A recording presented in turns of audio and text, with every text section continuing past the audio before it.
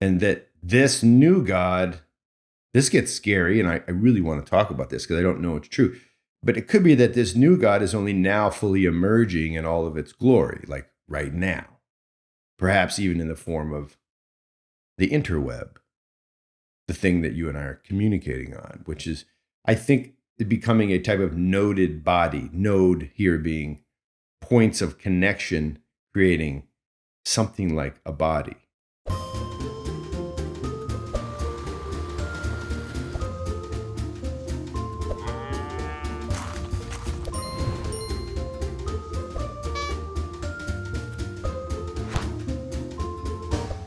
Well, hello, and welcome to Why Are We Talking About Rabbits? Rabbits are the things that, pop around on the interwebs.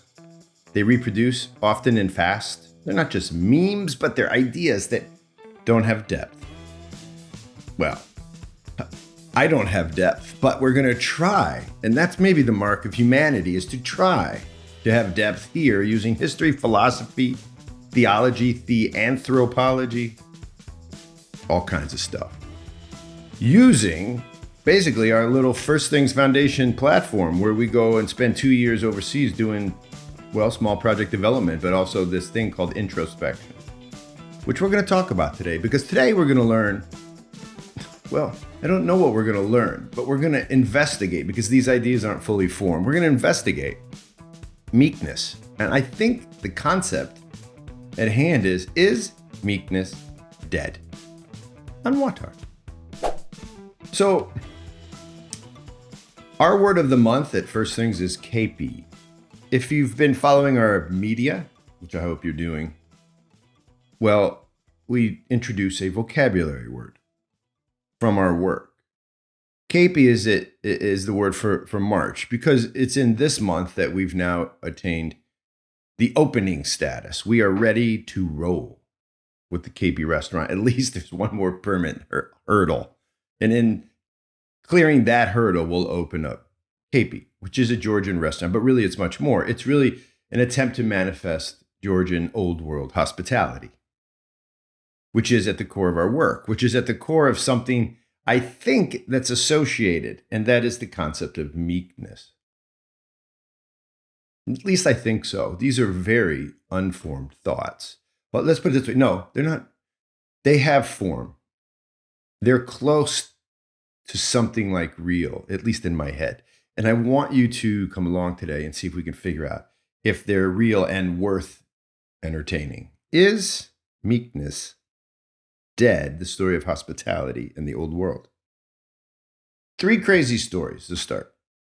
First of all, they're all from our work and from my experiences overseas. First, I was a helper to a couple guys in Haiti. This is the turn of the 21st century, 2000, 2001, who invited us and our family down to help them start an Orthodox church. If you're new to this podcast, I am an Orthodox Christian. But there's a lot more to the story. In Haiti, you have this crazy mix of new and old, pre-Enlightenment, Enlightenment. America's right around the corner. Every Haitian authority runs toward building schools, including our church of 8 people in 2000. Father Jean was wonderful, but he was weird because he was Orthodox. And I was weird because I was Orthodox. I was surrounded by, where there were white people, they were usually Protestant Christians. A lot of missionary stuff down there. Whoa. Go back and check out our old podcast from 3 weeks ago, where we bring on 3 authors who talk about Protestant missionary work. It's fascinating. But to cut to the chase on this one, I was teaching in a 1-room schoolhouse, which is actually also the church. We took about 6 to 7 chalkboards, those kind that roll on wheels, and we created 4 different spaces within the church itself, and we taught. And I'm a teacher in part by trade. And I started teaching about basically humanities, and we did a lot of geography. And here's the story in a nutshell. Everyone was really good at geography. if geography is memorizing things. My class of like 35 kids in there, because they weren't all coming from the church, right? Where there's a school, people come. School is Western, and where people want Western, there they go to school. And I was there to deliver their Western ideas. And one of them was, hey guys, what do you think of this? Hey guys, look how close Russia and Ukraine are. Yet they share the same culture, yet they're in a war. What do you think about that? And that's how I was taught to teach. And that's how I teach. And that's not how they learned. Because whenever I said, what do you think about this? I'm not kidding. Those beautiful kids would not answer. They thought it was a trick or something. And I think it's much more, as we're going to talk about today. But basically, I couldn't get them to answer. And they would just stare at me. No, but what do you think about this clash of culture here? Does that seem like a good idea or a bad idea? For instance, are North Americans the same as, say, Caribbean Americans? What makes them different? What do you think? Yeah, no. What they wanted me to do was teach them about what the right answers are. This was a data download so that they could prove well on the exam. And they aced exams. These kids knew more about geography than any of my kids in the States. If knowing more was knowing information, they were good at it. And it used to freak me out. There was something about their opinion that was not relevant to them. Here's another story. Serving in the Georgian Republic, there was a civil war going on. My friends and I, working at IOCC, would go up the mountain and deliver flour to widows. We would identify widows who had lost husbands in that war. And in identifying them, we were identifying some really impoverished people. And guess what? When we found them, they would serve us. So the story of one woman who was shoeless in the winter. She comes out of her house wearing socks, but those aren't good boots. You guys know that socks are bad boots. And her bad boots brought her right into my arms. She hugged me. She took the flour, like literally took the flour. This thing, usually 2 men carry this thing. And she and her sister and her daughter, 2 of whom were widows, then served us a massive supra, a kepi. And we were bringing them the flour. And I cried like a baby watching them serve us. Talk about hospitality. Talk about meekness. Right? And they weren't really interested in all of our philosophical ideas at that supra. They just wanted to toast to the big themes and get it out there and then serve us food. You've seen that if you've traveled, especially to, quote, old world places. Here's another one that just happened recently. Daniel and Austin, 2 field workers in West Africa, were on the tour of a lifetime. Really, they were just trying to get out of Sierra Leone at the time this was at the beginning of the pandemic. Daniel and Austin traveled overland from Sierra Leone to fly out of Guinea. And in so flying out, they met some people on that very, very, very rickety bus that was, I think it was like 18 hours. And when they got off the bus, those cool guys they met on the bus, some young 20-somethings, invited them to their house. Daniel and Austin took the invitation. Now, what they kind of knew but didn't fully know is that they were going into, well, the worst slum in Conakry. But these were good people inviting them to a very tough neighborhood. Okay, that's fine. That's first things. They can handle it. And they did. Well, it was 2 a.m. by the time they got there. They walked off the bus and into this house where there were 2 beds and about 7 men, people sleeping in this area. I might be exaggerating. 5. Well, immediately the 2 beds with 2 men in them, those guys got up and gave them their bed and then slept on the floor. As the story goes, loudly. I think they were snorers. Yeah, but they just got up and got out and laid down. Meekness, right? And if you ever, we'll link it. If you ever want to see meekness in action, there's a video on YouTube of an Indonesian young kid, maybe, little skinny little kid. He's probably 13. These two tourists get caught in this mud storm, basically, that overwhelms them as they're taking a walk somewhere in Jakarta. I don't know. And basically, this kid wades out into the mud to save these people, puts them on their back, on his back, literally, like they crawl out of the mud by standing on his flattened back. It's crazy. It's like humility writ large. It's meekness. And those old tourists, those light people make it to safety. And so does the young kid. And he just waves and walks off.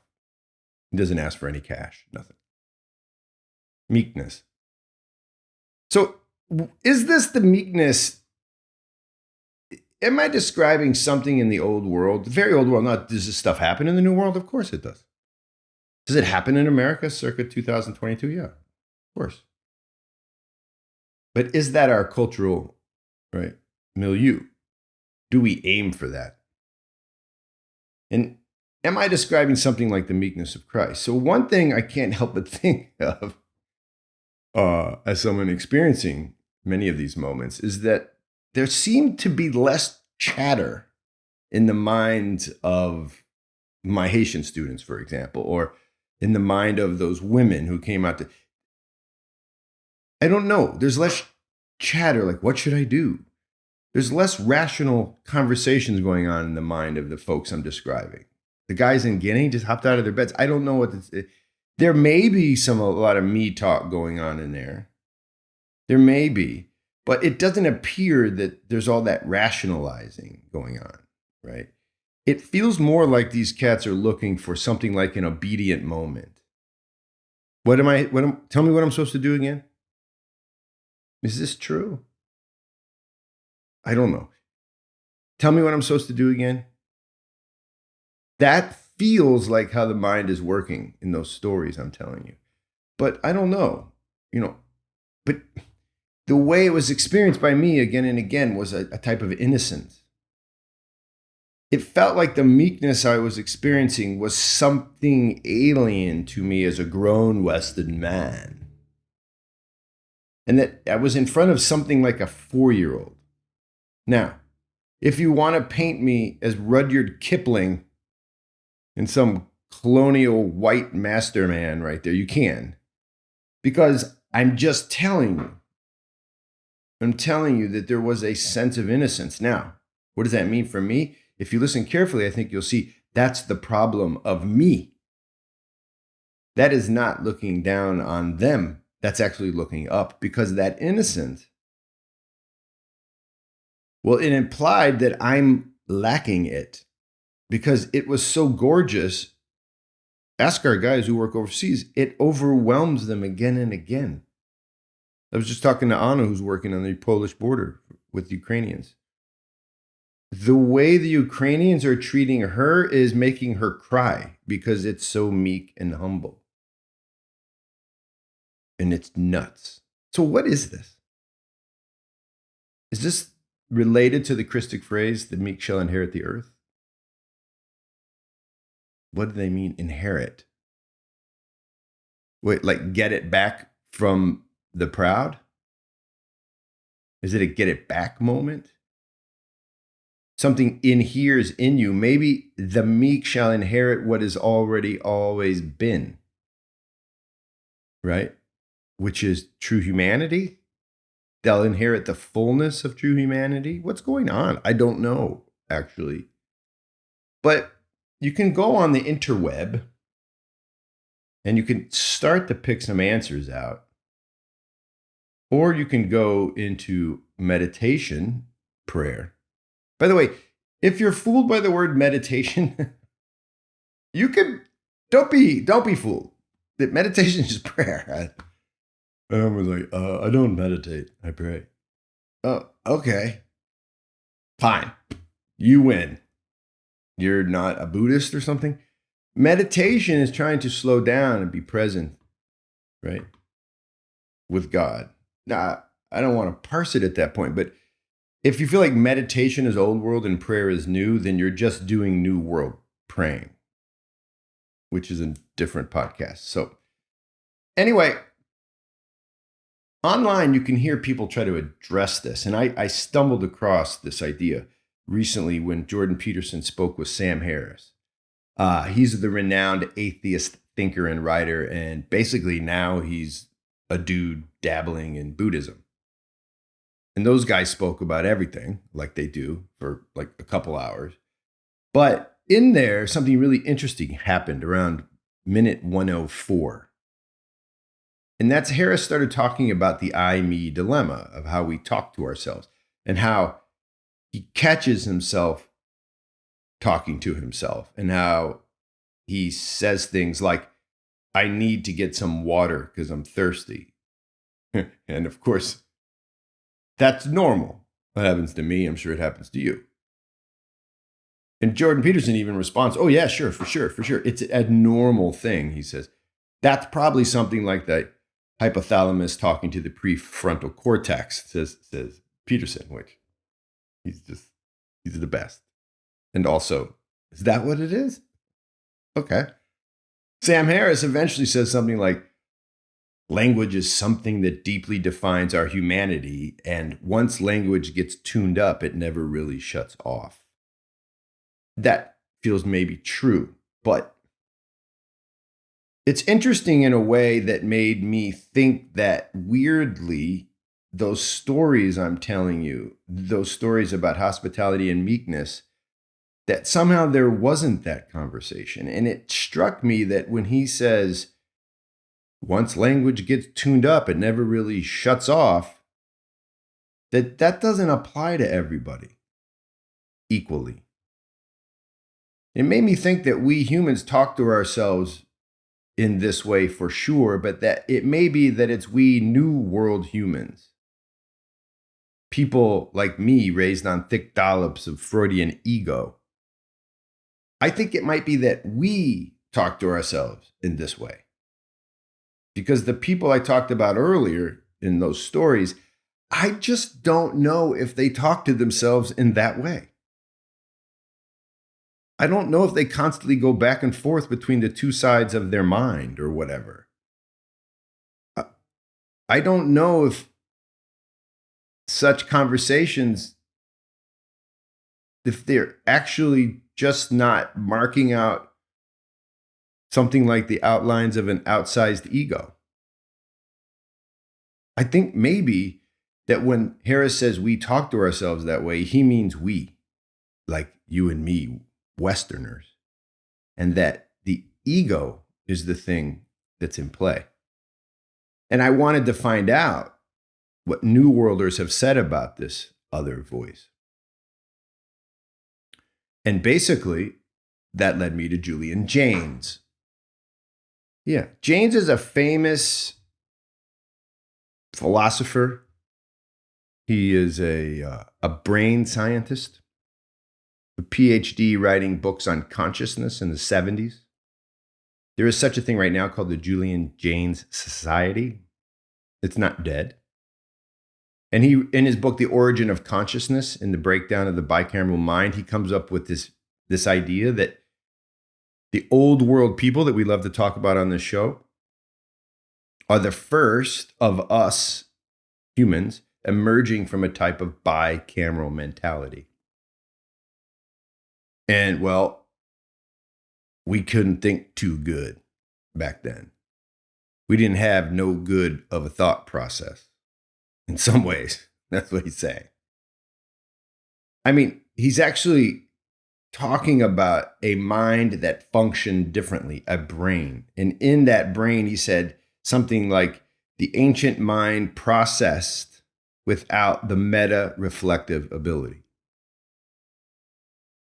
It couldn't really give an account to itself of the why. It acted more out of the what, in obedience to what.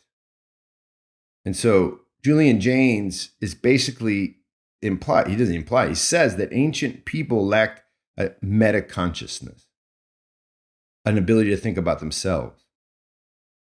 And they lacked the capacity for executive ego functions. That's a direct quote. Such as deliberate mind wandering and conscious introspection of mental content. Now, in case you're thinking, well, he's just some quack. No, he's not just some quack. This was a very, very respected. It hit a lot of nerves around the university world when his book came out. And so there's something in his thoughts we need to keep going with. But before we do, Andrew's our producer in Russia. We should bring him on, right, to talk about what's happening in Russia. Andrew, put it on the list. We're bringing you on. People want to hear.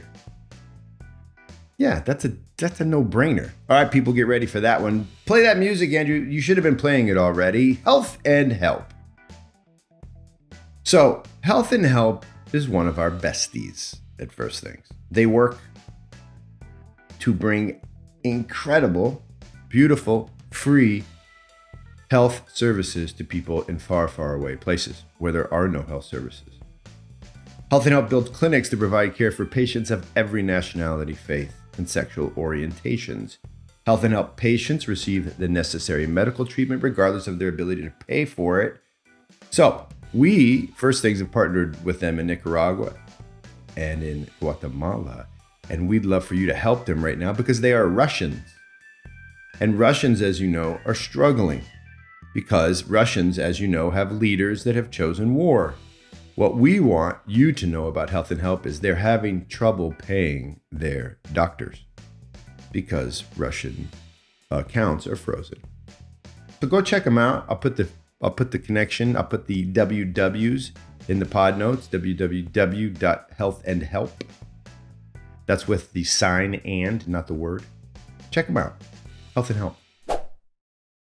So, back to our bicameral mind idea. According to Julian Jaynes, ancient people in the bicameral state of mind would have experienced the world in a manner that has, well, similarities to a person who is experiencing schizophrenia.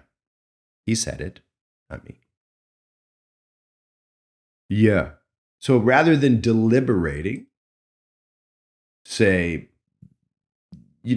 as Sam Harris puts it, rather than talking rationally to oneself, old world persons would have hallucinated or told themselves about a voice, the voice of God. And that voice would have been giving commands to obey without question. As Jaynes asserts in his book, the bicameral individual was guided by mental commands believed to be issued by external gods. And so these commands were recorded in ancient myth, right? And in those ancient myths, you see all these historical accounts of gods telling people what to do. He says this can happen, and as you can tell, if you read it, he says this happens in the Old Testament. The Old Testament, he says, does not in any way speak to this metacognition, introspection. The Old Testament doesn't sound like a modern person thinking to himself what he or she should do. As Jaynes says, in the Old Testament, quote, there is no apparent indication that the writers were self-aware.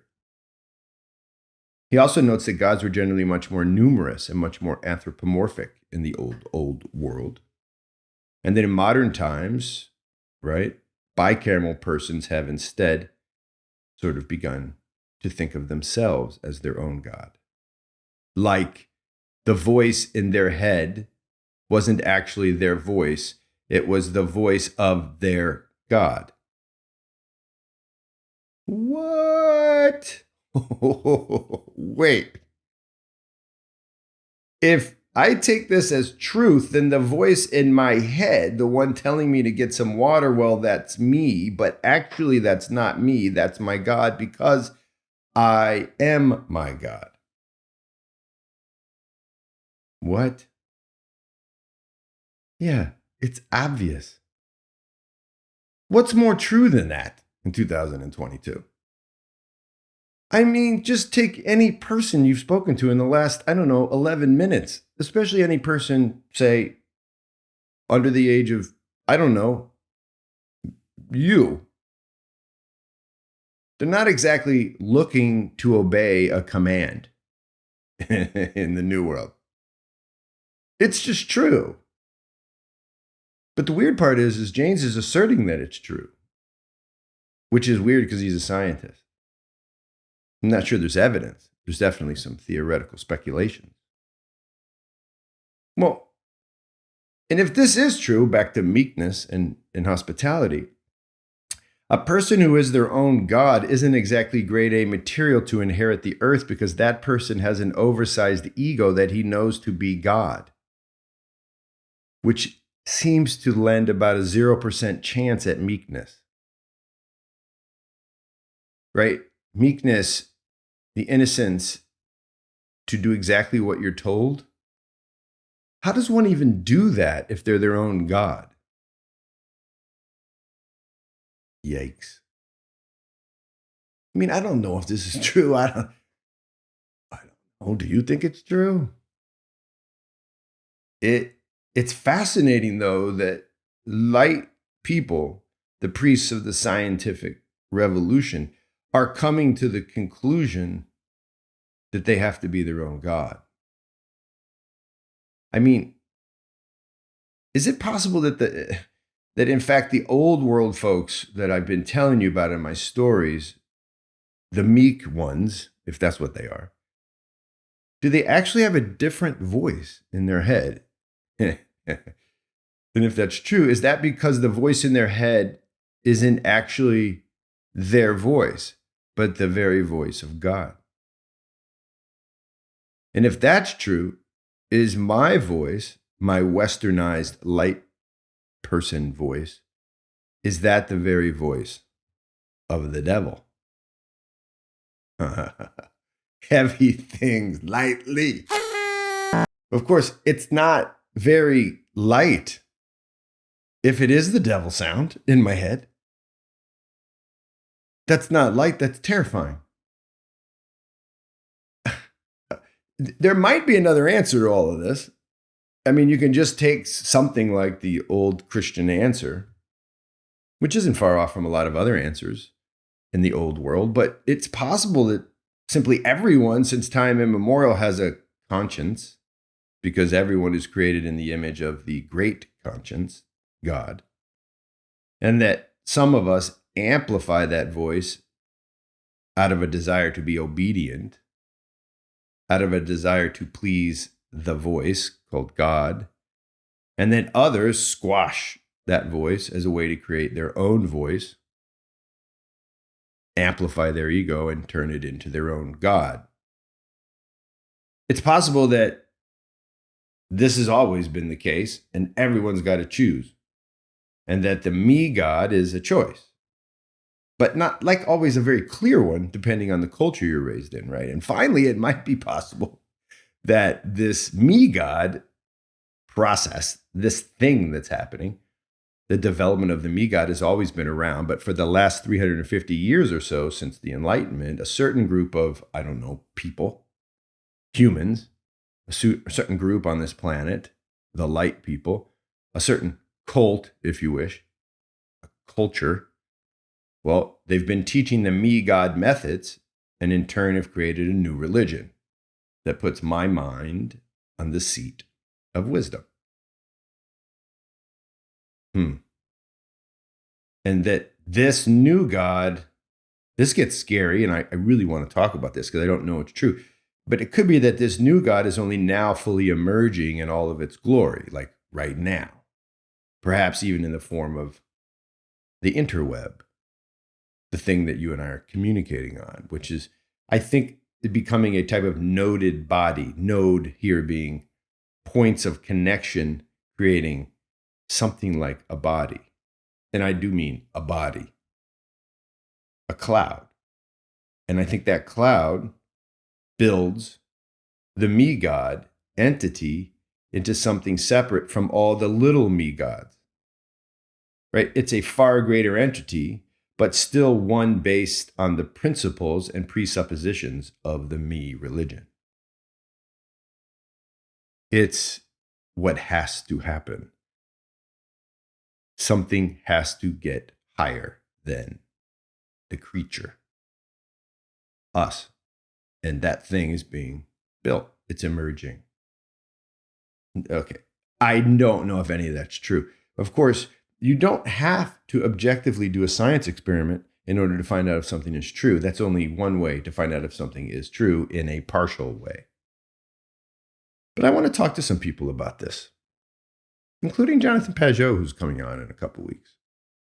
I also would love to get in touch with a couple characters in the Vervaeke world, because I think this idea is what everyone's talking about almost all the time.